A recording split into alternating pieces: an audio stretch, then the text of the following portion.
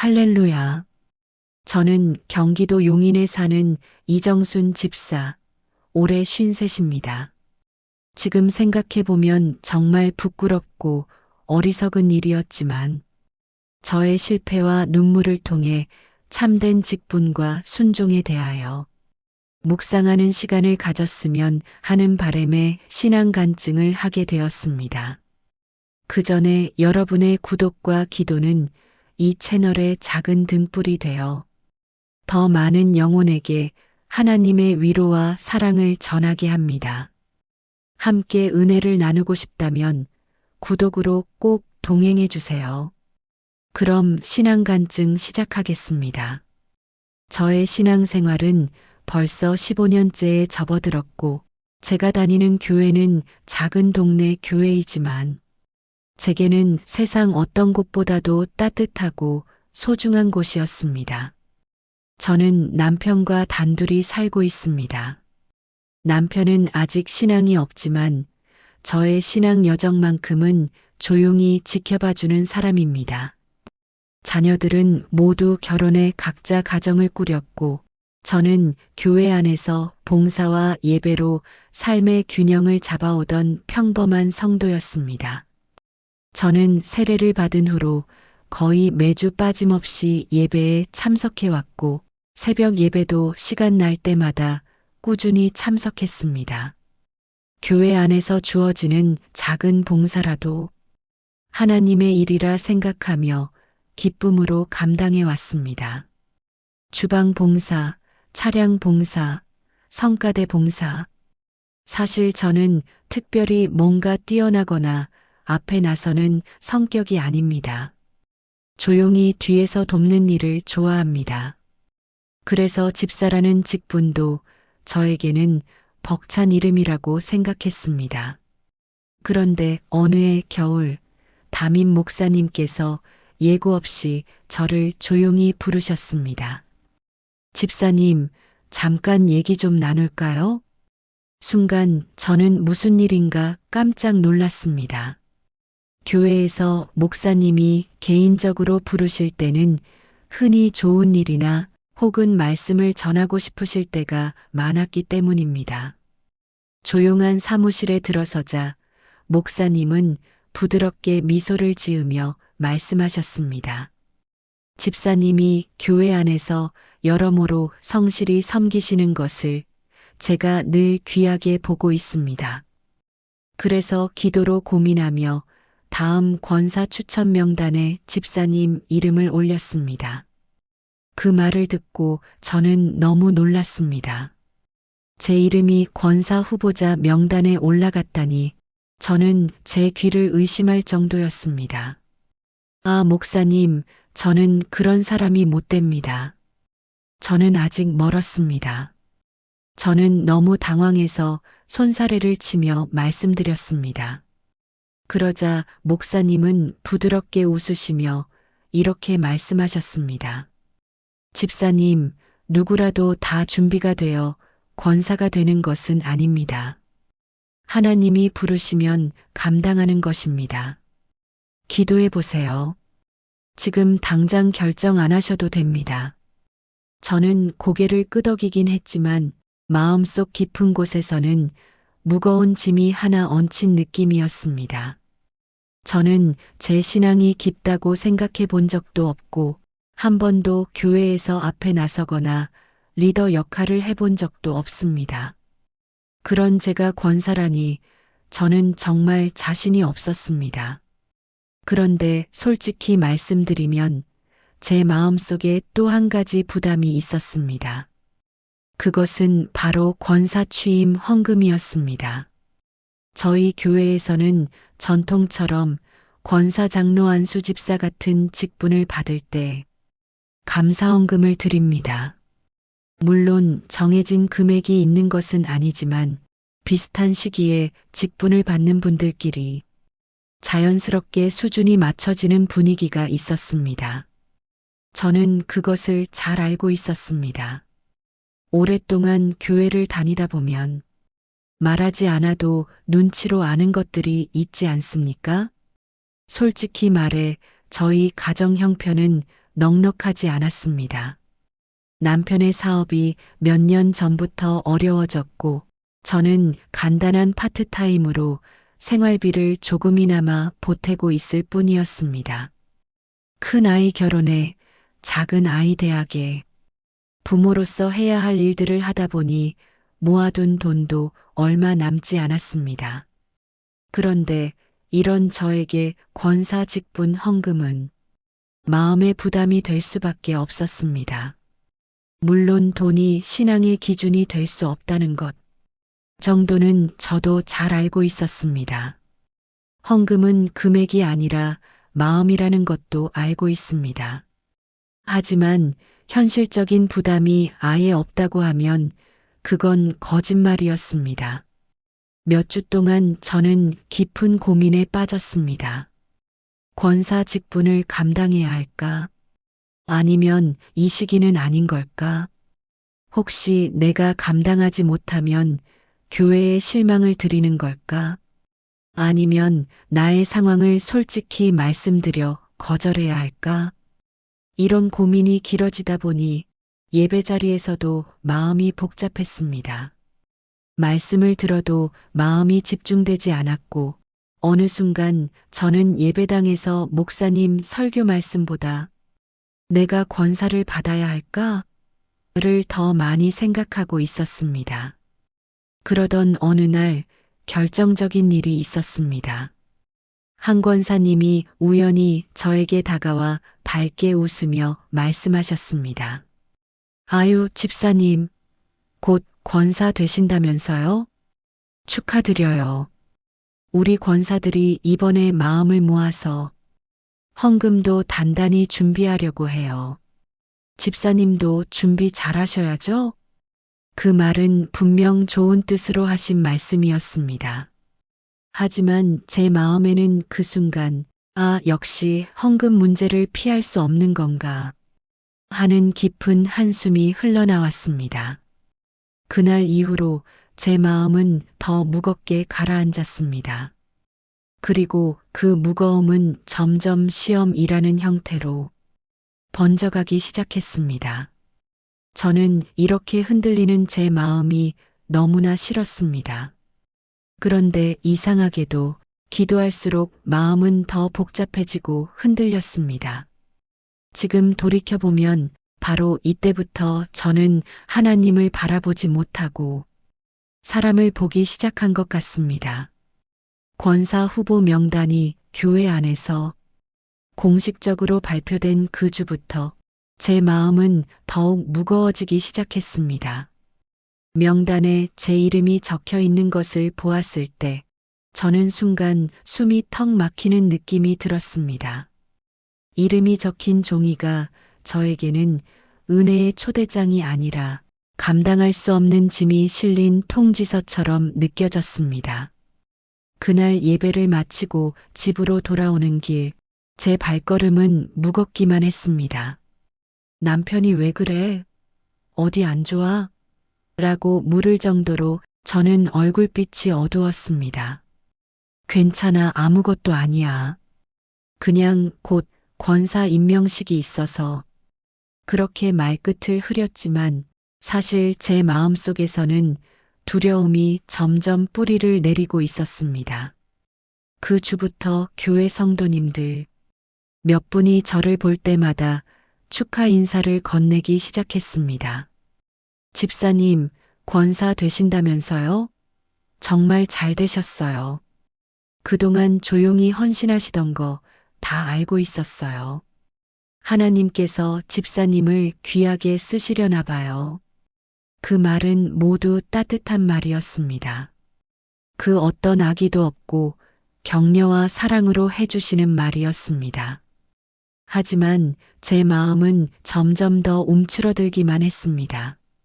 왜 이렇게 축하가 부담이 되는 걸까? 왜 이렇게 기뻐해야 할 일이 나에게는 무거운 짐처럼 느껴질까? 저는 그런 제 자신이 너무나 싫었습니다. 그리고 그 자기 싫어함은 점점 나는 부족해, 나는 준비되지 않았어, 라는 자책감으로 번져갔습니다. 사실 저는 오래전부터 교회 안에서 헌금에 대해 민감한 편이었습니다. 헌금은 분명 하나님께 드리는 감사의 표현이지만 가정 형편이 넉넉지 못하다 보니 언제나 마음 한구석에는 부담이 있었습니다. 특히 권사 직분을 받는 과정에서 드리는 감사헌금 이야기가 들리면 제 마음은 더 복잡해졌습니다. 물론 교회 안에서는 정해진 금액이 없다고 말합니다. 형편대로 드리면 된다고도 말합니다. 그 말이 진심이라는 것도 압니다. 그런데 이상하게도 사람 마음이라는 것이 다른 사람들은 얼마나 드릴까?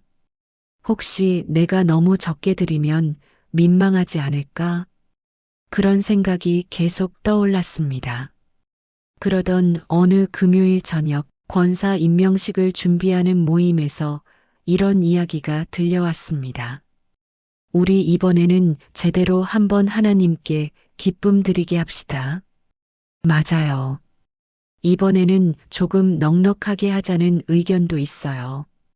그 말은 사실 헌금을 많이 하라는 뜻이 아니었지만 제 마음은 이미 한참 예민해져 있었습니다. 아, 나는 이 자리에 설 자격이 없구나. 그 순간 저는 하나님을 바라보지 못한 채 사람들의 기대와 시선을 의식하기 시작했습니다. 헌금에 대한 작은 언급들이 제 마음속에서는 마치 큰 압박처럼 확대되어 들렸습니다. 지금 돌이켜 생각하면 그건 다른 사람의 말 때문이 아니라 제 안에 있던 두려움과 부족함이 만들어낸 환상에 가까웠습니다. 하지만 그때의 저는 그게 얼마나 위험한 생각인지 몰랐습니다. 결국 저는 담임 목사님께 조심스럽게 상담을 요청했습니다.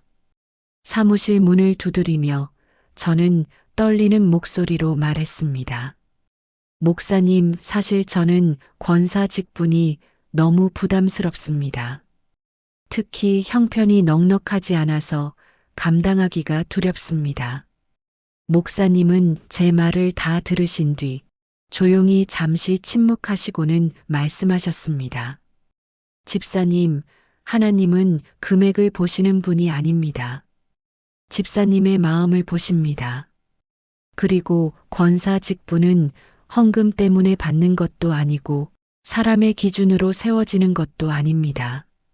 저는 그 말씀에서 위로를 받고 싶었지만 이상하게도 그날 이후로 제 마음은 더 복잡해졌습니다. 왜냐하면 저는 스스로를 용납하지 못하고 있었기 때문입니다. 내가 부족해서, 내가 감당할 자격이 없어서, 내가 재정적으로 준비되지 않아서 이 모든 생각이 뒤엉켜 기도를 해도 평안이 찾아오지 않았습니다. 어느 날 우연히 교회 복도에서 두 명의 성도님이 나누는 대화를 듣게 되었습니다. 저기 이번에 권사 후보 중에 형편이 어려운 분도 계시다던데 그래도 직분 받을 때는 어느 정도 준비해야 하지 않을까? 저는 그 말이 저를 향한 말이라고 단정 지을 이유가 없었습니다. 그냥 흔히 있을 수 있는 이야기였습니다.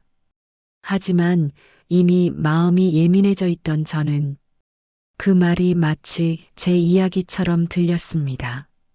그 순간 제 마음 한구석에 있던 작은 불씨가 순식간에 크게 번져버렸습니다. 교회가 나에게 헌금을 요구하는 건가? 내 형편을 알면서도 이런 부담을 주는 걸까?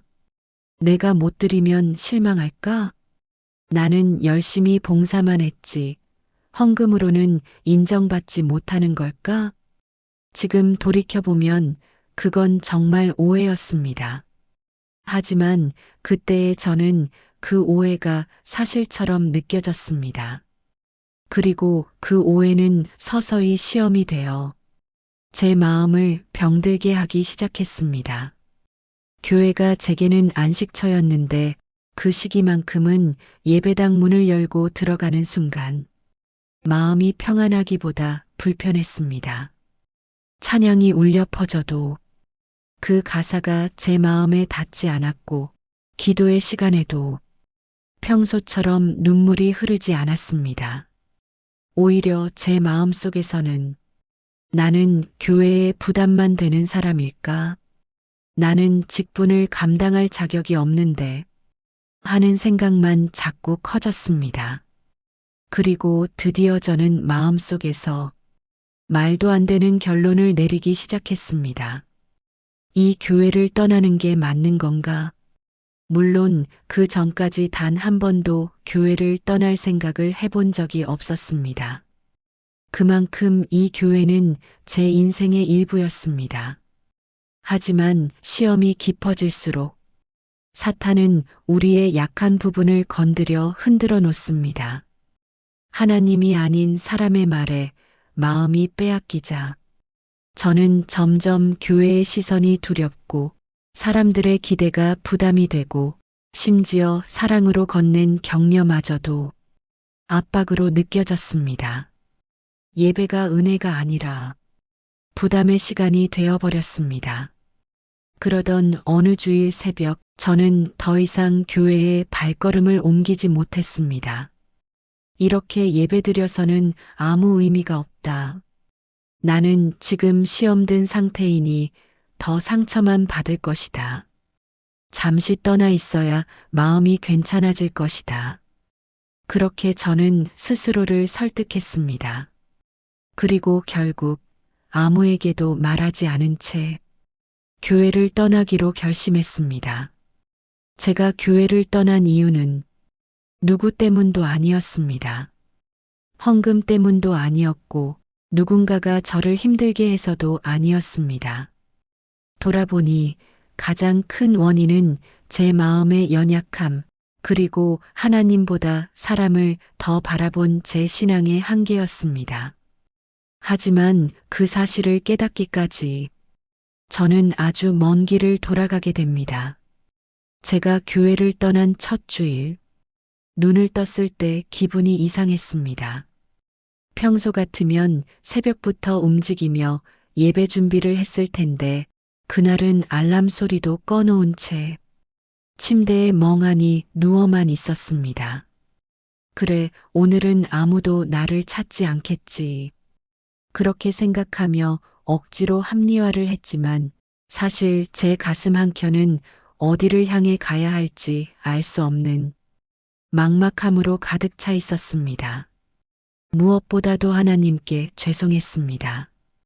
교회를 떠나는 결정을 하면서 기도도 하지 않았고 말씀도 묵상하지 않았으며 오직 제 마음속 두려움과 상처만 바라봤기 때문입니다. 하지만 그때는 그 사실조차 인정하고 싶지 않았습니다. 평생 주일이면 교회에 가는 것이 너무나 당연했던 제 삶에서 예배가 사라지자 주일이 더 이상 주일 같지 않았습니다.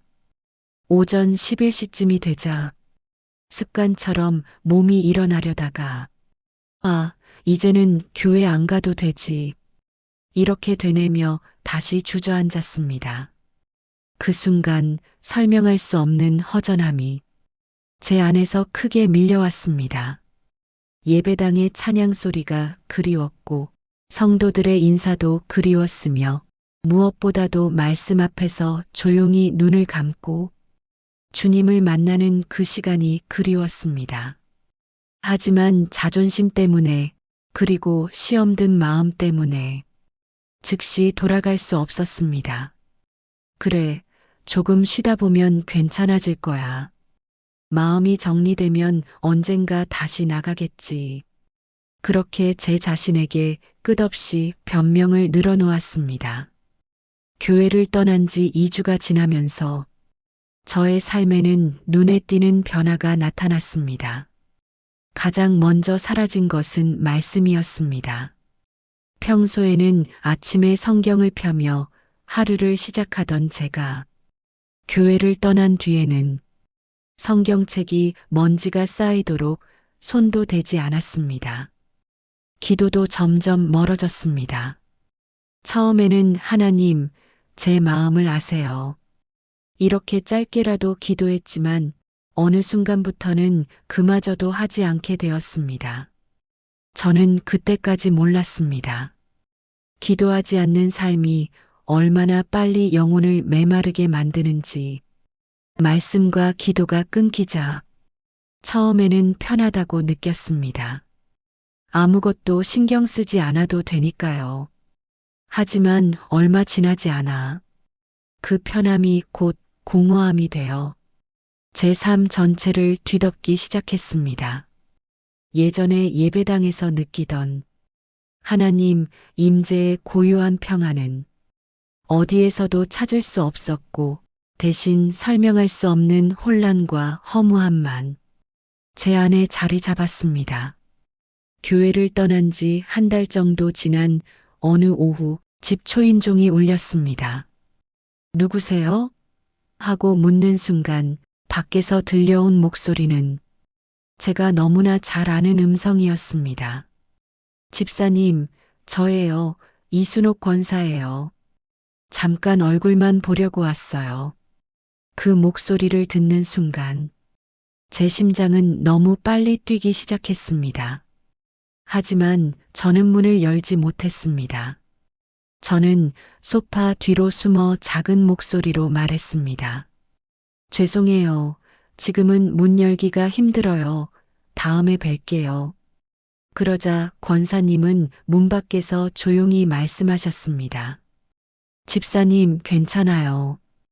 우린 그냥 집사님이 보고 싶어서 왔어요. 이유는 묻지 않을게요. 그냥 언제든 다시 보고 싶다는 것만 기억해 주세요. 그 말을 들은 순간 제 눈에서는 눈물이 주르륵 흘렀습니다. 하지만 저는 그분들에게조차 마음을 열 용기를 내지 못했습니다. 그날 밤 남편이 저에게 조심스럽게 물었습니다. 정순아, 너 교회 왜 안 가는 거야? 그냥 예전처럼 다니면 안 돼? 저는 남편에게 차마 솔직하게 말할 수 없었습니다. 그냥 마음이 복잡해서 그래. 좀 더 생각해보고. 그러자 남편이 담담하게 말했습니다. 나는 신앙이 없어서 잘 모른다. 근데 너 교회 다니던 시절이 훨씬 밝아 보였어. 지금은 좀 힘들어 보여. 그 말이 제 가슴을 깊이 찔렀습니다. 믿음 없는 남편조차 제가 교회를 떠난 후 어떻게 변했는지 눈치채고 있었던 것입니다. 그날 밤 저는 잠을 이룰 수 없었습니다. 어느 토요일 오전 정신없이 청소를 하다가 우연히 서랍 속에서 낡은 노트 한 권을 발견했습니다. 그것은 제가 신앙생활 초기에 적어두었던 기도 노트였습니다. 노트를 펼치자 15년 전에 제 글씨가 나타났습니다. 주님, 저를 사용해 주세요. 주님의 일 맡겨만 주신다면 기쁨으로 순종하겠습니다. 물질도 시간도 마음도 주님 것입니다. 그 글을 읽는 순간 저는 그대로 바닥에 주저앉았습니다. 이게 나였구나. 내가 이렇게 주님께 고백하던 사람이었구나. 권사 직분 하나로 흔들려 교회를 떠난 제 모습이 얼마나 초라하고 부끄러운지 주님이 보여주시는 것만 같았습니다. 그날 밤 저는 오랜만에 기도하려고 무릎을 꿇었습니다. 하지만 입을 열려고 해도 말이 나오지 않았습니다. 주님, 제가 거기까지 말하고 그 다음 단어가 이어지지 않았습니다. 부끄러웠습니다. 도망친 게 부끄러웠고 오해한 게 부끄러웠고 주님보다 사람의 말에 흔들린 제 자신이 너무 부끄러웠습니다. 말 대신 눈물만 흐르기 시작했습니다. 그런데 그 순간 제 마음 깊은 곳에서 조용한 음성이 들리는 것 같았습니다. 너의 눈물도 내가 듣는다.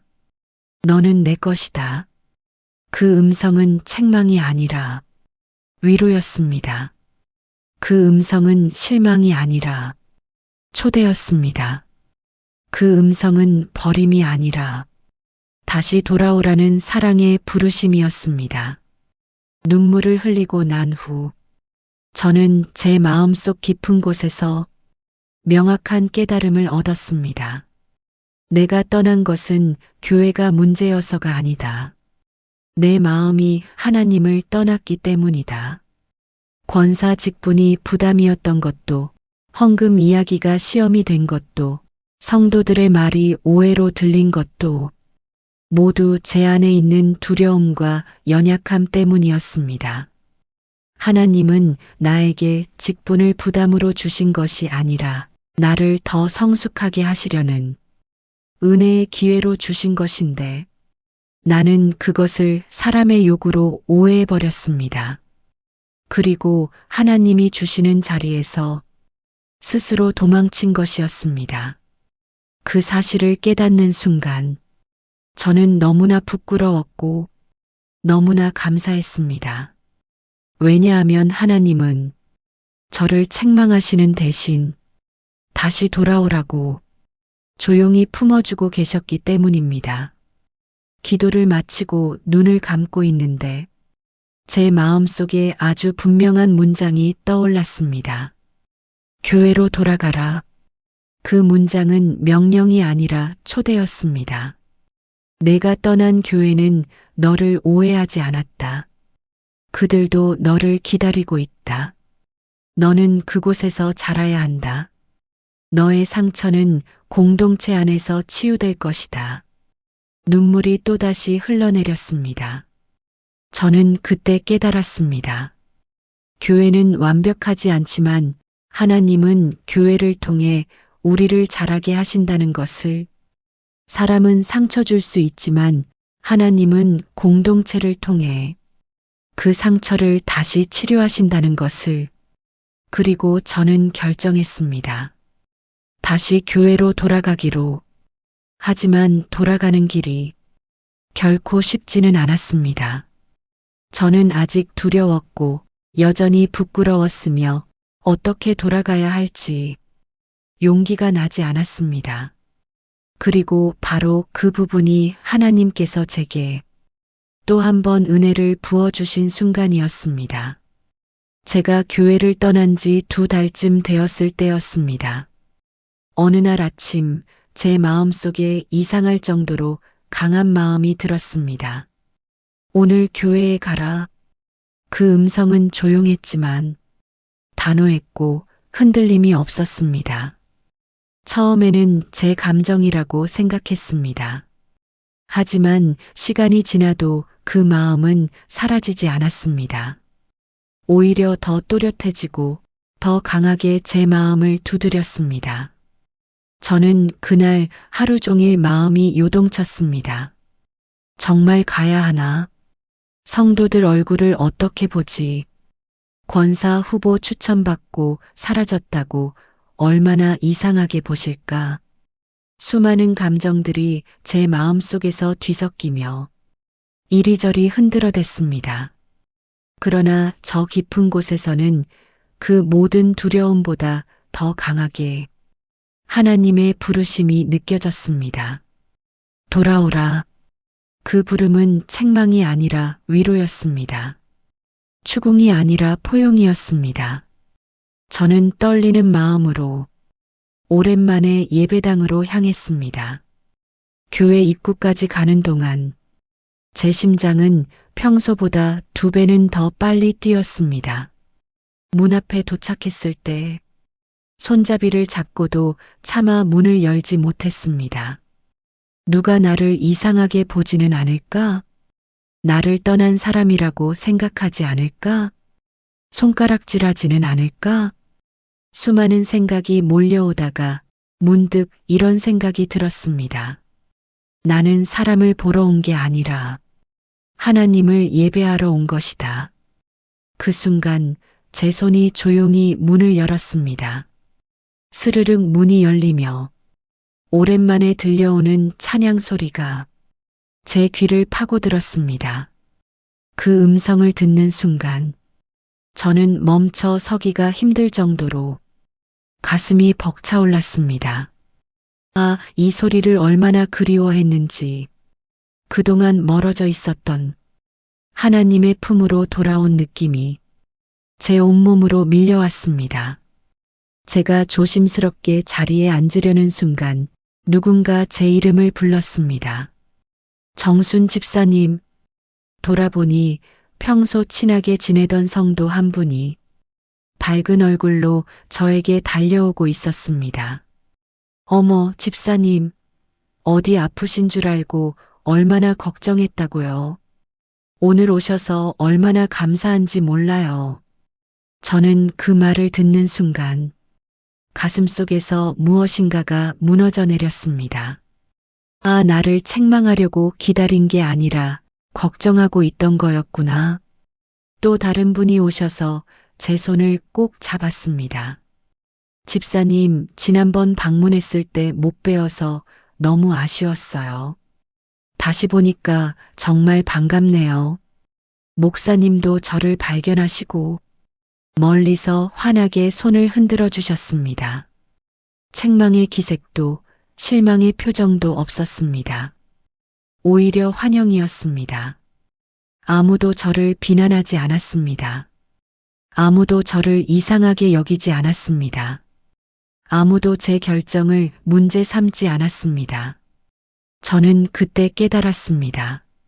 내가 두려워했던 모든 것은 내 마음이 만든 그림자였다는 것.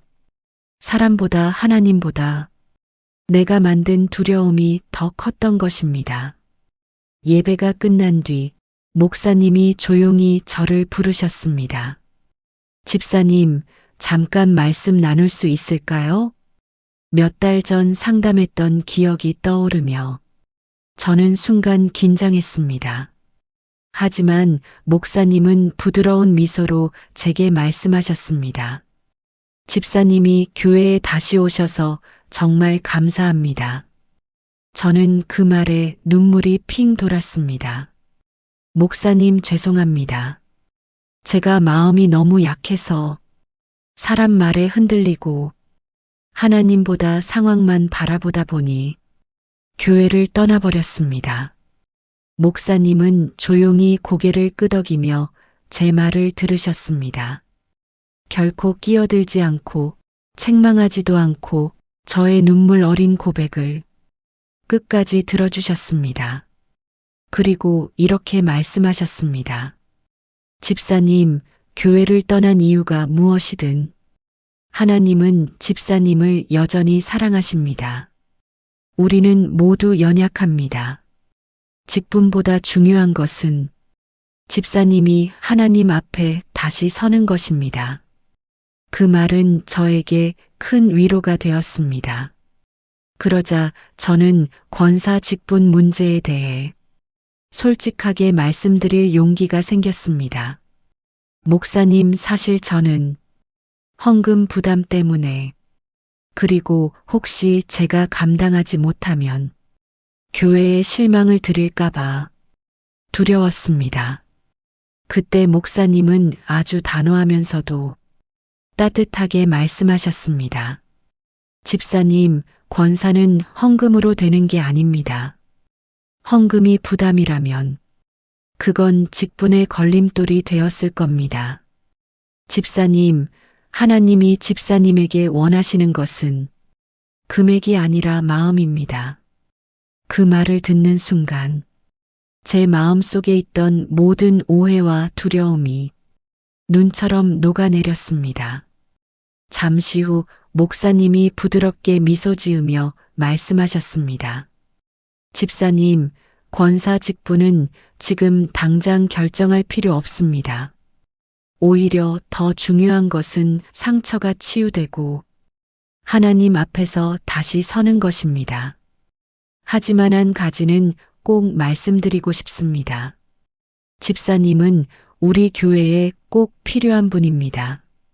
그 말은 지금도 잊을 수 없는 말입니다.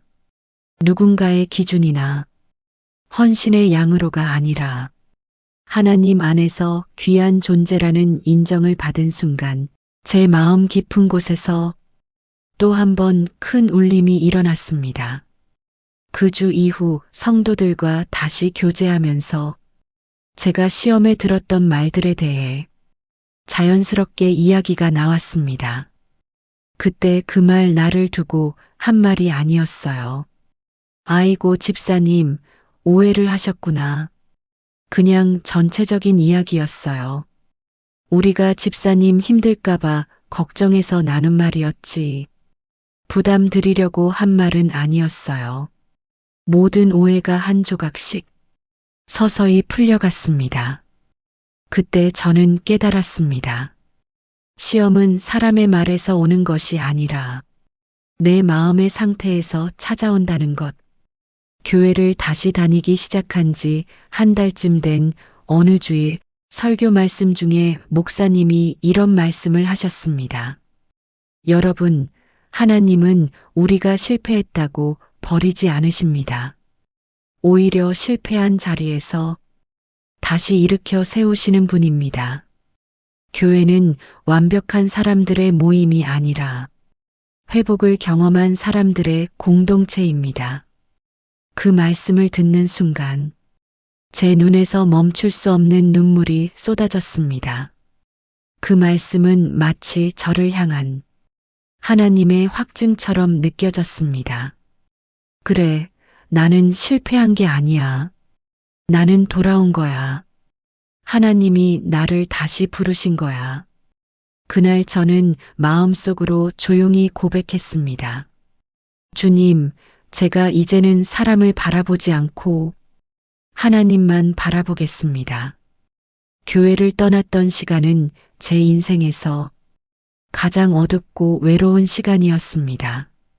겉으로는 아무도 모르게 지나갔지만 제 영혼은 그동안 얼마나 메말라 있었는지, 얼마나 하나님과 멀어져 있었는지 저 자신만은 너무나 잘 알고 있었습니다.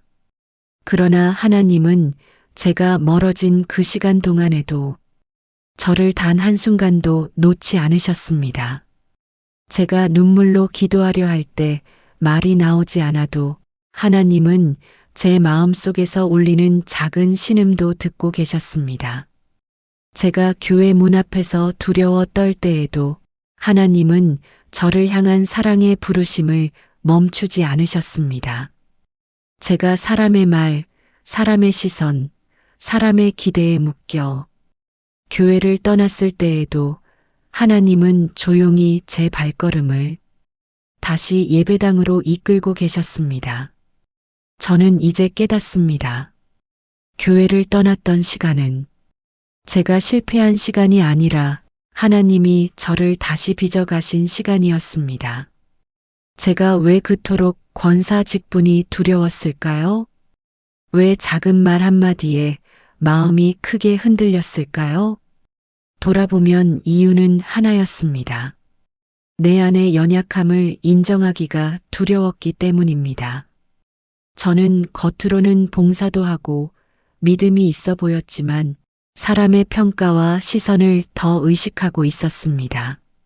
하나님 앞에서 서기보다 사람 앞에서 어떻게 보일지를 먼저 생각했습니다. 헌금이 부담스러웠던 것도 돈 때문이 아니라 남들만큼 하지 못하면 어떻게 보일까 하는 두려움 때문이었습니다. 하지만 하나님은 제게 이렇게 말씀하시는 것 같았습니다. 직분은 사람이 너를 보는 자리가 아니라 내가 너를 부르는 자리다. 그제서야 저는 깨달았습니다. 하나님은 제가 헌신이 많아서 물질이 넉넉해서 능력이 뛰어나서 직분을 맡기시는 것이 아니라 마음이 진실하기만 하면 하나님은 누구라도 사용하실 수 있다는 것을, 그래서 이제는 직분이 두렵지 않습니다. 직분은 내가 스스로 오르는 자리가 아니라 하나님이 세우시는 자리라는 것을 분명히 알게 되었기 때문입니다. 많은 사람들이 교회에 상처를 받으면 교회를 떠나고 싶어 합니다. 저도 그랬습니다. 하지만 저는 이번 일을 통해 이 진리를 배웠습니다. 교회에서 받은 상처는 결국 교회에서 치유된다. 왜냐하면 교회는 완전한 사람이 모인 곳이 아니라 연약함이 드러나고 그 연약함 위에 하나님이 은혜를 더시피시는 곳이기 때문입니다. 저는 떠나 있기 전에는 몰랐습니다. 하지만 돌아와서 보니 알게 되었습니다. 제가 떠난 동안 성도들은 저를 비난한 것이 아니라 저를 위해 기도하고 있었습니다. 제가 떠난 이유를 묻기보다 제가 돌아오기만을 기다리고 있었습니다. 제가 얼굴을 들지 못할까봐 걱정하고 있었다는 사실을 저는 뒤늦게 알게 되었습니다. 교회는 미숙한 사람들의 공동체이지만 여전히 하나님이 세우신 거룩한 공동체입니다. 비판과 상처로 무너지는 곳이 아니라 회복을 통해 더 단단해지는 곳입니다. 저는 이번 일을 통해 순종의 의미를 다시 배웠습니다. 순종은 모든 상황이 준비되었을 때 하는 것이 아닙니다. 순종은 부족함을 인정한 상태에서 하나님을 향해 한 걸음 내딛는 것입니다. 권사 직분을 두려워했던 저는 사실 순종을 두려워한 것입니다. 그러나 하나님은 저의 두려움을 꾸짖지 않으시고 그 두려움 속에서 저를 다시 일으켜 세우셨습니다. 이제 저는 이렇게 고백할 수 있습니다. 하나님, 제가 부족해도 사용해 주세요. 제가 연약해도 부르시면 나아가겠습니다. 이 고백이 예전에는 입술의 고백이었지만 이제는 제 삶의 고백이 되었습니다. 저는 이 간증을 통해 저보다 먼저 신앙의 길을 걸어오신 장년 성도님들께 조심스럽게 말씀드리고 싶습니다. 우리는 평생 신앙생활을 하며 많은 직분을 경험합니다. 집사, 권사, 장로. 그 이름은 세상의 직책이 아니라 하나님이 주시는 사명입니다. 하지만 때로는 우리 마음이 흔들릴 때가 있습니다. 경제적인 부담, 사람들의 기대, 세상의 시선. 이런 것들이 교회 안에서도 시험이 되기도 합니다. 그러나 기억하십시오. 우리가 감당해야 할 것은 사람의 눈이 아니라 하나님의 부르심입니다. 하나님은 우리가 완전하기 때문에 쓰시는 것이 아니라 우리가 순종하기 때문에 쓰십니다. 그리고 우리가 실패하더라도 하나님은 다시 일으켜 세우십니다.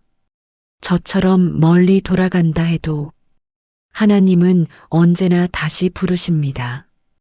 이제 간증을 마무리하며 제가 교회를 다시 찾던 그날 드렸던 기도를 여러분 앞에서도 고백하고 싶습니다. 주님, 제가 연약합니다. 사람의 말에 흔들리고 사람의 시선에 마음이 상할 때가 많습니다. 그러나 주님, 제가 다시 돌아왔습니다. 주님이 부르셔서 돌아왔습니다. 저를 버리지 않으시고 다시 품어주신 주님 감사합니다.